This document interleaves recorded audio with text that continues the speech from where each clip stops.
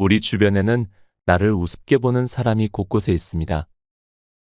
여기서 문제는 90%의 사람들은 자신이 무시당하고 있다는 것을 모른 채 살아간다는 겁니다. 심지어 우습게 보는 사람이 대놓고 무시하는 행동인데도 말이죠.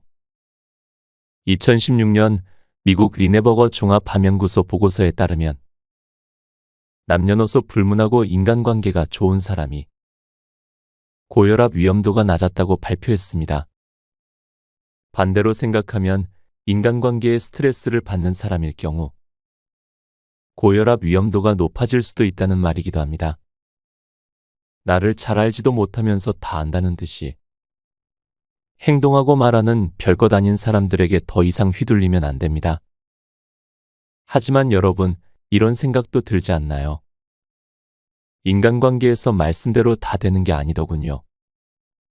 말을 다 기억하고 있는데 항상 제가 더 손해보는 상황이 됩니다. 그런 사람을 만나면 순간 반사적으로 대처해야 하는데 지나고 나서 받아치지 못하여 결국 후회하게 됩니다. 해결 방법은 하나입니다. 상대가 나를 우습게 본다는 신호를 정확하게 확인하고 진짜 실천으로 옮겨 그들을 손절해야 합니다. 그래서 오늘은 상대가 나를 우습게 보는 신호 5가지와 함께 생활에서 실천할 수 있는 거절의 기술 3가지를 말씀드리려고 합니다. 영상에 나오는 모든 말들을 외우려 하시지 말고 마음에 드는 딱 1개만 가져가겠다는 마음으로 오늘부터 실천해 주세요. 인간관계에서 을이 아닌 갑이 되어 인생 낭비를 줄이면서 인생을 살아가는데 많은 도움을 줄 거라 확신합니다. 댓글에도 여러분만의 좋은 향기를 남겨주시면 감사하겠습니다. 지금부터 시작합니다. 첫 번째, 나를 없는 사람 취급한다. 나를 우습게 보는 신호는 의외로 쉽게 대화를 하다가 알아낼 수 있다. 서로가 만나서 대화를 하는 도중에 우연히 상대방의 지인을 만났을 때 상대방이 어떻게 하는지에 따라 그 사람이 나를 존중하는지 우습게 보는지 중요한 기준이 된다. 먼저 예의가 있는 사람은 지인을 만나더라도 간단히 인사하거나 악수를 하는 정도로 끝낸다. 이유는 옆에 선약이 있던 내가 있기 때문이다. 나를 생각하여 상황을 빠르게 정리하려고 노력한다. 반면 예의가 없는 사람은 나를 내버려둔 채 길게 계속 얘기한다. 물론 오랜만에 만난 사람이거나 정말 친한 지인이라면 어느 정도 이해를 할 수 있겠지만 나를 전혀 의식하지 않은 채 갑자기 그 지인과 다음 약속을 잡는다거나 길게 대화를 이어가는 건 옆 사람에 대한 예의가 절대 아니다. 통계에 따르면 사람들은 일상 대화 중 자신의 말이 중단되거나 무시당할 때 큰 불쾌감을 느낀다. 한 연구에서는 대화 상대방에게 충분한 관심을 기울이지 않는 행동이 인간관계에서 가장 불쾌한 요소 중 하나로 꼽았다. 그만큼 대화를 하던 도중 나를 없는 사람 취급하는 것은 나를 우습게 보는 첫 번째 신호가 된다. 두 번째, 약속이나 장소를 제멋대로 정한다. 어떤 사람들은 약속을 항상 마지막 순간에 정하려고 한다. 모임이 다 끝나가는데 갑자기 약속 일정을 제멋대로 정한다. 그것도 자신의 편의에 맞춰서만 말이다. 예를 들어 어떤 지인이 있다고 생각해보자. 이 지인은 자신의 쉬는 날에만 약속을 잡으려고 한다. 분명 자기가 쉬는 날이 있으면 다른 사람도 쉬는 날이 있을 텐데 일방적으로 약속을 잡는다. 더군다나 그 이야기를 모임이 다 끝나가는 마지막에 말하는 건 나의 상황을 배려하지 않는 습관인 것이다. 결국 이런 행동은 상대방이 나의 시간을 소중히 여기지 않는 것으로 판단할 수 있다. 철학자 칸트는 인간을 이렇게 비유했다. 인간은 단지 수단으로서가 아니라 목적으로서 대우받아야 한다. 이 말은 인간 간의 관계에서 서로를 존중하고 가치를 인정해야 한다는 의미를 담고 있다. 예의 없는 행동, 특히 약속을 마지막 순간에 정하는 행위는 이러한 원칙에 반한다. 상대방을 자신의 편의에 맞춰 조종할 수 있는 수동적인 사람으로만 여기는 것은 상대방을 목적이 아닌 수단으로 대우하는 것과 다름없다. 약속을 정할 때 상대방의 시간과 계획을 고려하는 것은 기본적인 예의 중 하나다. 굳이 기본적인 예의를 지키지 않는 사람과 더 이상 함께할 필요가 없다고 생각한다. 나를 우습게 보는 사람은 장소도 자기 멋대로 정한다. 예를 들어 어떤 친구가 자신의 집 근처 공기 좋은 곳에서 만나자고 친구들에게 제안을 한다. 그냥 보면 문제가 없어 보인다. 그러나 이 친구의 집은 서울에 사는 다른 친구들에게는 상당히 멀리 떨어진 파주에 있다. 서울이나 경기도에 사는 친구들은 이 친구를 만나기 위해 많은 시간과 노력을 써야 한다.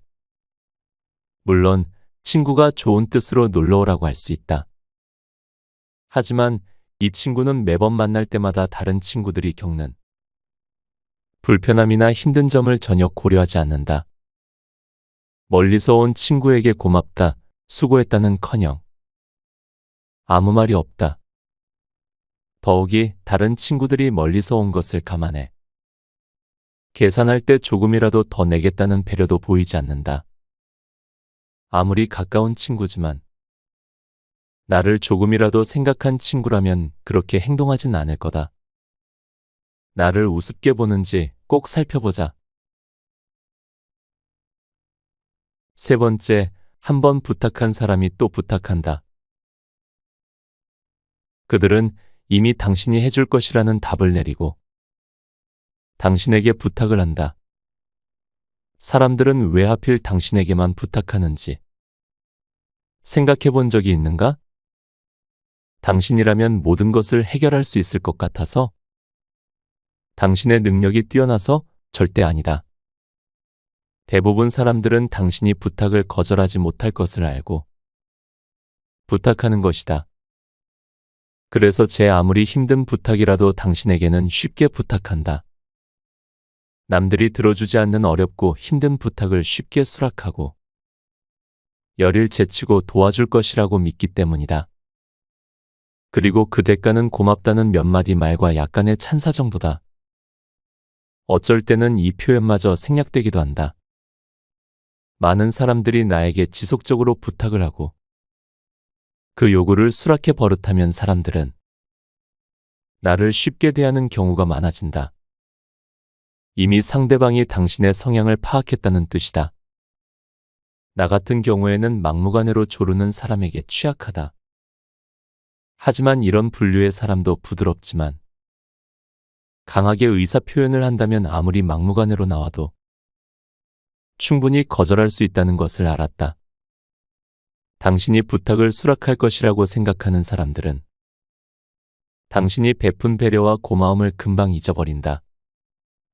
처음 부탁할 때에만 당신에게 미안한 감정을 느끼지.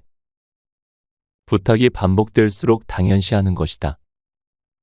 그들은 이미 당신이 해줄 것이라는 답을 내리고 당신에게 부탁을 한다. 그렇기 때문에 그들은 당신이 부탁을 들어줄 수밖에 없게끔 유도를 하기도 한다. 그렇게 당신은 부탁하는 사람의 설득에 넘어가고 마는 것이다. 자신이 늘 타인의 부탁을 수락하는 사람이라면 한 번쯤 생각해 볼 필요가 있다. 부탁을 자주 하는 사람들은 상대에게 요청하는 것을 대수롭지 않게 생각한다. 물론 모두가 다 그렇다는 것은 아니다. 피치 못할 사정으로 부탁하는 사람들도 있지만 대부분은 부탁하는 사람들의 마음에는 뭐 어때서라는 가벼운 생각이 기본적으로 깔려 있다. 그렇기 때문에 그들은 쉽게 부탁을 하고 상대의 입장이나 상황 따위는 고려하지 않고 자신의 일처리에만 급급하다. 당신은 언제까지 타인의 부탁을 들어주면서 살 수 없다. 이런 행동을 전환하기 위해 가장 먼저 해야 할 것은 당신이 왜 끊임없이 부탁을 수락하는가를 아는 것이다. 대부분은 가족과 친구, 지인 관계는 애정으로 묶여 있다. 사람들은 이런 사이에서 거절을 하면 관계가 어긋나는 것이 아닌지 불안해한다. 실상은 부탁을 거절했다고 해서 절대 사이가 어긋나거나 소외당하지 않는다. 오히려 상대방의 요청을 끊임없이 들어주므로 당연하다고 생각할지도 모른다. 자신이 한 번 거절했다고 소외시키거나 당신을 미워한다면 그 사람은 거절 여부와 상관없이 당신을 언제든지 소외시킬 수 있다는 것을 알아야 한다. 한두 번 받아준 부탁을 상대가 당연하게 여기고 자신에게 계속 부탁한다고 생각이 들면 당신은 더 이상 그 부탁을 들어주지 않아도 된다. 네 번째, 착하다 착하다 나를 칭찬한다. 착하다는 말에 속은 나의 인생은 나라는 주체가 없었고 오직 다른 누군가를 위한 삶이었다. 진짜 착해, 착한 정도가 아니야. 착해도 너무 착하지. 나는 지금까지 양보와 배려로 남에게 피해를 주지 않고 솔선수범하며 살아왔다. 어떤 행동을 하기 전에 나보다는 다른 이들을 먼저 생각했고 우선순위로 두었다. 그래서인지 나의 심성과는 상관없이 살면서 착하다는 말을 수 없이 들었다. 만난 사람들의 10이면 9은 내게 착하다고 말했다. 어딜 가나 청소, 뒷정리 등 굳은 일 담당은 나였다. 누가 시키지도 않았는데 스스로 자처한 일이다. 이러한 행동은 이미 익숙하고 몸에 밴 습관과도 같았다. 거창하게 마더 테레사와 같이 인류애적인 마음으로 하는 것이 아니었다. 어차피 누군가가 할 거면 내가 하면 된다고 단순하게 생각한 것뿐이다. 내게는 누가 하는 건 중요하지 않았다.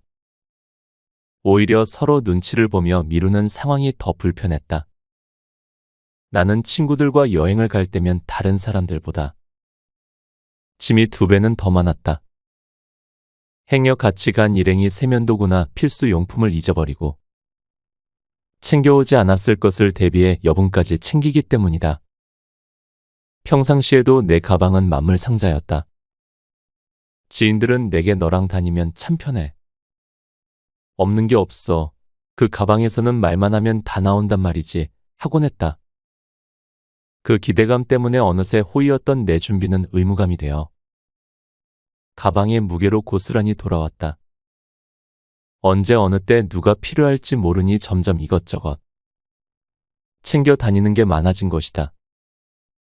가볍게 핸드백 하나만 들고 오는 친구와 달리 나는 늘 커다란 배낭 하나를 짊어지고 다녔다. 인생은 착하다는 것만으로 행복해질 수 없다. 착하다는 말에 속은 나의 인생은 나라는 주체가 없었고 오직 다른 누군가를 위한 삶이었다. 내 삶은 타인을 의식하고 그들을 위해 희생하며 헌신하는 그저 착한 사람일 뿐이었다. 모든 사람의 만족을 위해 애쓰느라 정작 나의 인생은 착하다는 말로 포장된 좋은 사람이란 이미지가 전부였다.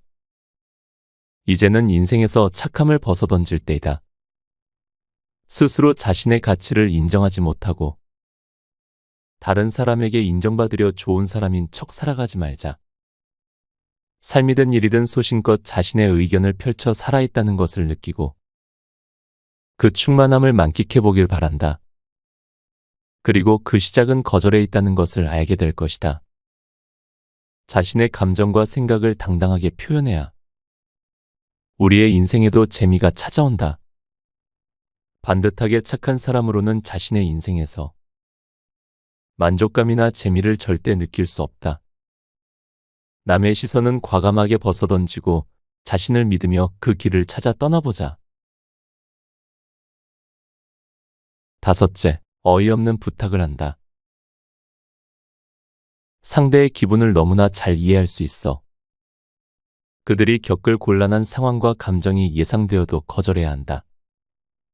사람은 누구나 타인에게 도움을 주는 사람이 되고 싶어 한다. 상대를 위해서 내가 무언가를 한다는 것은 타인에게 인정을 받는 사람, 좋은 사람, 능력자라는 평가를 받기 때문이다. 이런 기분에 취해 거절의 기준을 바르게 세우지 않는다면 타인의 부탁을 들어주느라 자신의 시간을 허비하게 될지도 모른다. 거절의 기준을 세울 때 첫 번째로 꼽아야 할 것이 어이없고 황당한 부탁만큼은 들어주려고 애쓰지 말아야 한다는 것이다. 어쩌면 당신은 상대의 부탁이 황당한 제안임을 스스로도 잘 알고 있는지도 모른다. 그러면서도 그들의 요청을 들어주려고 노력하는 것은 앞으로 많은 거절의 기회마저 잃게 되는 것과 같다. 지금이야말로 어이없는 부탁을 거절하는 것이 기회일지도 모른다는 것을 알아차려야 한다. 황당하고 허무맹랑한 부탁을 막무가내로 해달라고 할 때에는 차분하게 이러저러해서 그건 내가 해야 할 것 같아. 내가 그건 해줄 수 없어 라고 설명을 해주면 거절이 수월해진다. 거절을 할 때 둘러댈 명분이 있으면 거절의 부담감은 덜어진다. 이렇게 거절할 수 있는 기회가 있음에도 사람들은 타인의 요청을 거절할 수 없다며 자신의 감정을 속이며 살아간다. 불편한 요구를 하더라도 쿨하게 괜찮아요 라고 답한다. 이 정도는 해줄 수 있어 라고 스스로를 설득하며 버거워도 친절한 척 요청을 받아들인다. 이렇게 자기 합리화를 하는 것은 상대의 부탁을 거절할 수 없어. 억지로 들어주는 진짜 자기 감정을 외면하기 위해서다. 스스로 감정을 속여가면서까지 친절을 베푸는 것이다. 문제는 이런 나를 주변인들은 나만큼 배려해주지 않는다는 것이다. 오히려 쟤는 부탁을 들어주는 얘라는 인식이 퍼져 혼자서는 다 처리할 수 없을 정도로 부탁이 몰려들었다. 그럼에도 나는 거절하지도 도움을 요청하지도 못했다. 이렇게 나를 궁지로 몰아 세우면서까지 타인을 위해 애를 쓰곤 했다. 거절의 기술 3가지. 행복한 삶을 위해서는 이제 타인 중심이 아닌 자기 중심으로 이루어진 삶을 살아야 한다. 이는 이기적으로 행동하라는 말이 아니다. 자신의 가치관, 생각을 단단히 세우고 자기 삶을 사랑하고 주인이 되라는 말이다. 그러기 위해서는 내가 싫은 것, 좋은 것을 분명하게 전달해야 한다. 그리고 반드시 적절한 거절을 해야 한다. 거절을 해야만 한다는 말만 들어도 벌써 가슴이 두근거리고 자신이 없는가? 그럴 수 있다. 평생 하지 않은 일이다. 지금부터 연습을 통해서 스스로 상황에 익숙해지도록 하면 된다. 다음은 내가 제시하는 거절하는 연습이다. 차근차근 따라 해보면 어느새 편안한 마음으로 거절할 수 있는 순간이 올 것이다.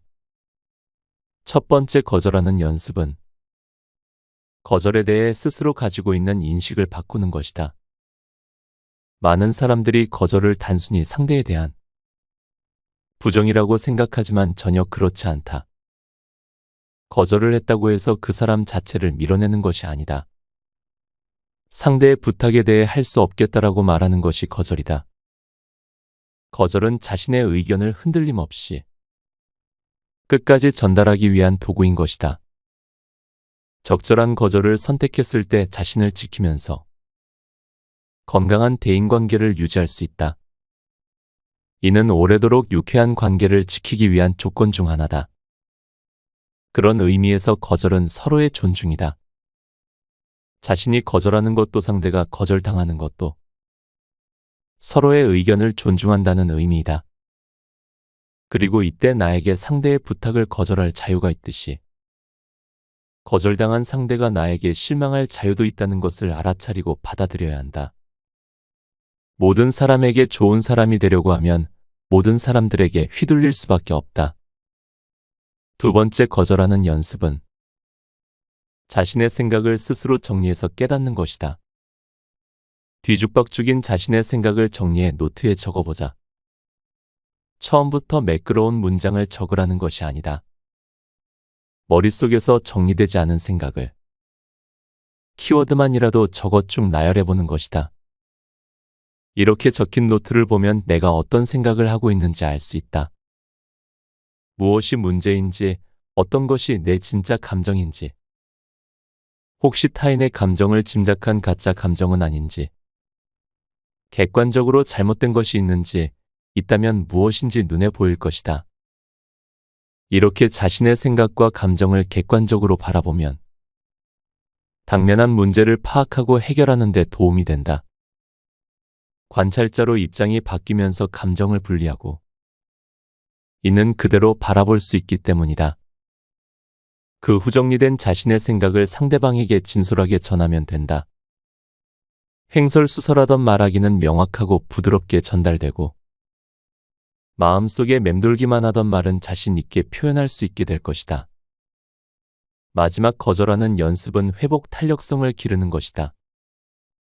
회복 탄력성이란 원래 상태로 돌아오는 힘을 말한다. 여기서 부탁과 요구가 일어나기 전, 즉 어떤 상황에서 거절하기 전 평온한 상태를 유지하는 것이다. 상대방의 눈치가 보여 하고 싶은 말을 못하거나 관계가 어긋날까봐 두려워서 자기 표현을 하지 못하는 사람들은 타인의 제안을 거절한 그 순간부터 마음이 혼란스럽다. 만약 거절했다면 그 후의 상황도 견뎌야 할 부분이다. 잠시 심호흡을 통해 복잡한 마음을 가라앉혀보자. 이때 상대방에 대한 미안함과 거절했다는 죄책감을 버리고 거절 후 자신이 얻을 긍정적인 상황에 대한 생각으로 전환을 하면 좋다. 예를 들어 거절로 끝나는 것이 아니라 상대방에게 다른 방안을 마련해주면서 서로가 마음 상하지 않게 상황이 마무리되는 것을 생각해보는 것이다. 거절하는 연습으로 조금 느려도 자신의 내면을 강하게 키울 수 있다. 처음 거절할 때는 사소한 것부터 시작하면 좋다. 사실 거절이 처음만 어렵지 그 다음은 아무것도 아니다. 한 번에 모든 것을 바꿀 수는 없다. 무조건 상대의 제안에 수락했던 자신을 인지하고 거절하기 위한 연습을 통해 거절을 시도해 보길 바란다. 거절은 당신의 생각과 감정 나아가 삶을 지킬 수 있다. 자기 영역을 지키려다 보면 때로는 이전과 다르게 행동해야 할 때가 있다. 자유롭고 편하게 거절할 수 있을 때까지는 지속적으로 연습이 필요하다. 물론 실패하는 경우도 많겠지만 그렇다고 자책할 필요는 없다. 거절하는 연습을 통해서 결과적으로 우리는 원하는 결과를 얻을 수 있다는 것을 기억하기 바란다. 자신의 의사 표현을 정확하게 상대에게 전달하는 것을 포기하지 않는다면 어느 순간 당신은 타인의 감정에 휘둘리지 않는 자신을 발견할 수 있을 것이다. 작게 보이는 것부터 시도해 나갈 때 거절 근육과 자기 표현 근육을 키울 수 있다. 그렇게 되면 당신은 더 이상 거절이 어렵지 않다는 것을 깨닫게 될 것이다. 거절을 못하면 누군가를 미워하게 된다. 사소하지만 불편한 감정을 쌓아둔다면 큰 문제로 번져 일과 인간관계 모두를 망칠 수 있다. 자신이 느끼는 감정을 중요하게 생각해야 한다. 그렇다고 해서 서운한 감정을 상대에게 계속 표출하라는 것은 아니다. 서로 입장을 충분히 생각하고 마음이 상하지 않도록 하는 노력이 필요하다. 상대가 나의 감정을 상하게 했든 어떤 오해가 생겼든 문제가 생겼을 때 감정을 더욱 증폭시켜 부정적인 생각을 하지 않으려면 감정이 느껴지는 순간에 자신의 감정을 알아차리고 어떤 감정인지를 인식할 수 있어야 한다. 자신의 감정을 무시해버린다면 언젠가는 쌓인 감정이 폭발해버리고 만다. 상대방을 미워하지 않기 위해서는 자신의 마음을 살펴야 한다. 또 모든 감정에 반응하지 않고 오해를 풀어야 한다. 이럴 때 서로의 감정을 덜 상하게 하는 효과적인 3단계 방법을 소개한다. 1단계, 어떠한 감정이 들면 바로 알아차리고 인지하자. 우월 의식을 가지고 있는 상대가 당신을 과소평가해서 애매모호한 상황이다. 기분이 언짢지만 말하기도 그렇다. 이때 당신이 드는 감정을 오해하고 있는 것은 아닌지 명확하게 인지해야 한다.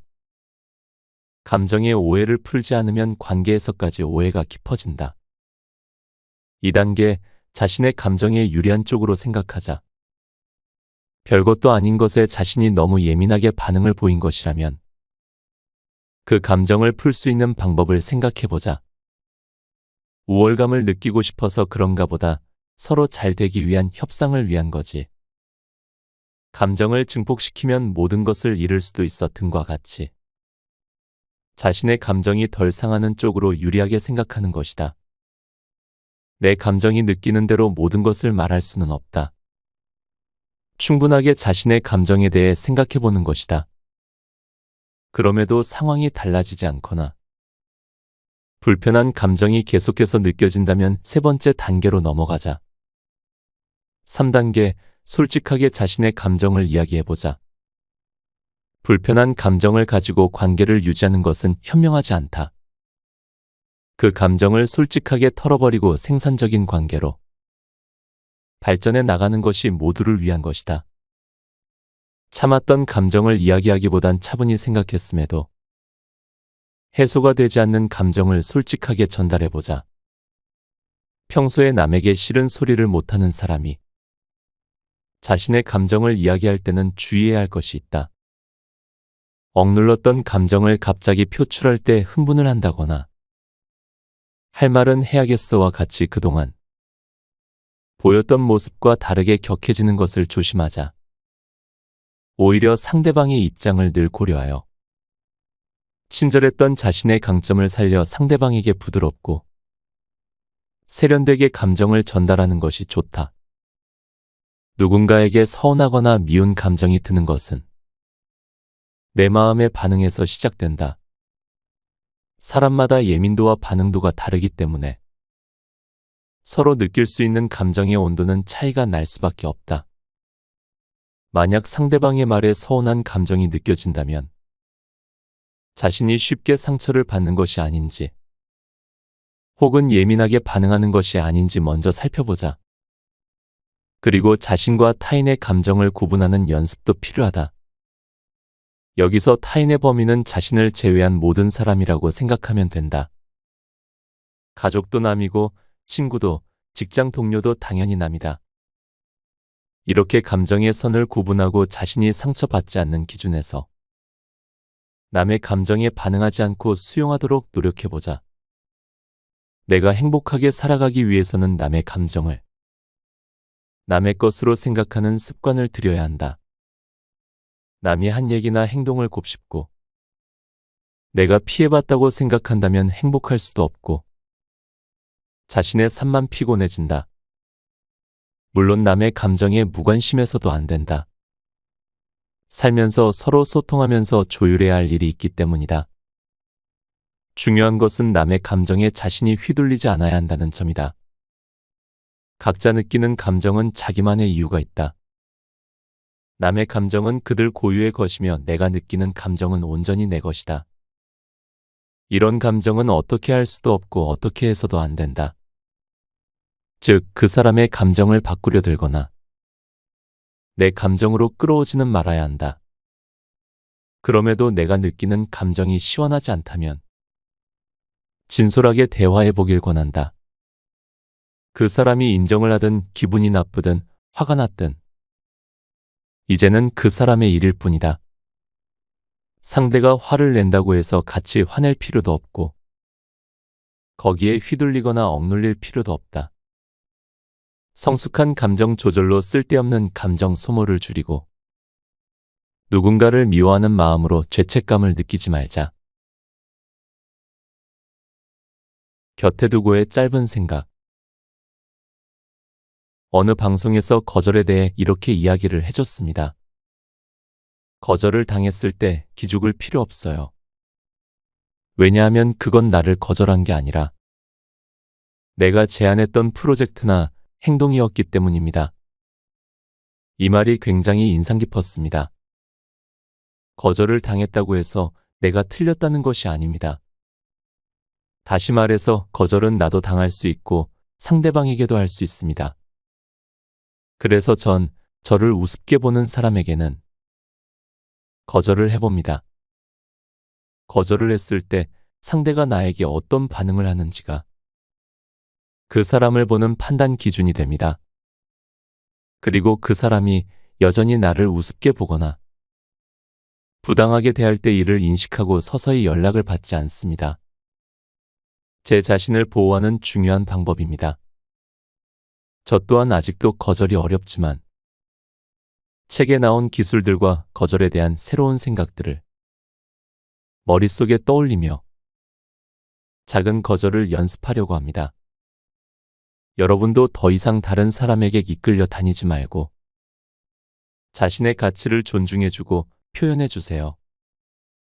나답게 살아가는 여러분을 응원합니다. 오늘도 함께